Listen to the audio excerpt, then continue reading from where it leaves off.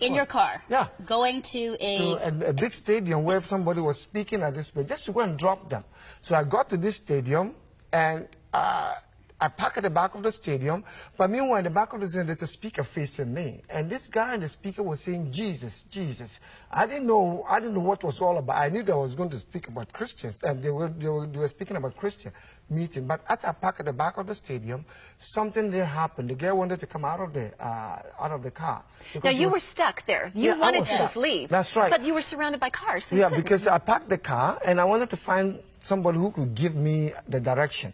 But people thought I parked the car, so people park around me, and they blocked me in the back of the stadium. Yeah. So now I can't go anywhere. I'm just You're trapped. And more of us. That's the key of what to do. Pack everybody in, lock them in, trap them in. I think the problem was because I'm the imam in that neighborhood, everybody knew me. So I'm nervous now. I didn't want them to know that I'm in this Christian meeting. So I've been trying to hide my face. But the problem is, this girl, it was so hot, but this girl wanted to walk on the stage, walk to this bench. So I was taking her to this bench. As I was taking her to this bench, and so you carried her because she was paralyzed from the waist down. Yeah, I carried her in my arms. But as I was walking to the stage, and something happened. This guy started speaking on this speaker, and he started saying, Jesus, Jesus, Jesus. But I would try to close my ears. It's not working. But as I was walking faster, this girl's leg moved. And I'm saying, oh, wait a minute. Her legs moved. Yeah. And I said, well, wait a minute. This is voodoo. This is witchcraft. Yeah. But what happened was that then suddenly, the more this guy said Jesus, the less has tangling. Wow. And then I got nervous, and she said to me, I want to walk. I said, no, you can't. You are in my arms. Anyway, to cut matters short, she bit me. Because she wanted to get down. You were not putting her down. I have the scar here. She bit me, and I slammed her to the floor. But right in the naked of my eyes, I saw this girl walking. And was she paralyzed from birth? Yes. And I'm saying, how could somebody mention Jesus' name and a girl will completely be healed? So that was then I started looking for what is this? There's something has to be with this.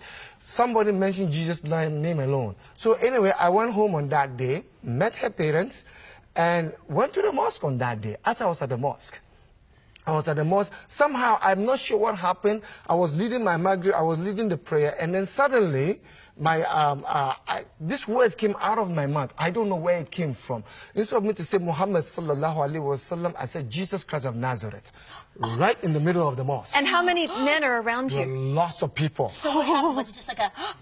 I mean, and you know, the speakers are behind the stadium.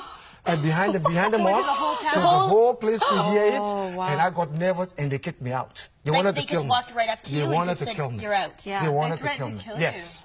Yeah. And that is the beginning of my problems. So my older brother helped me to come to Canada.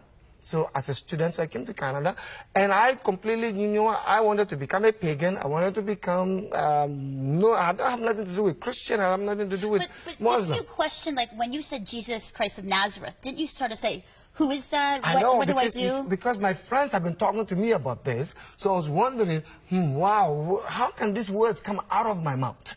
Even I didn't plan it. I never knew it was going to come out of my mouth. I was going to say something else, but something else came out of my mouth.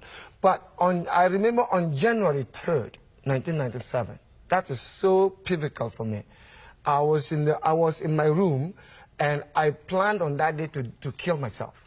I was really going to end my life because my parents deserted me. They have nothing to do with me. They made a funeral for me. Everything was just crashing down. So on January 3rd, I planned to kill myself. And as I was planning to kill myself, I said 3 o'clock in the morning, I had the pills and everything ready. 3 o'clock in the morning, and I had a door knock at my door. And I was so angry.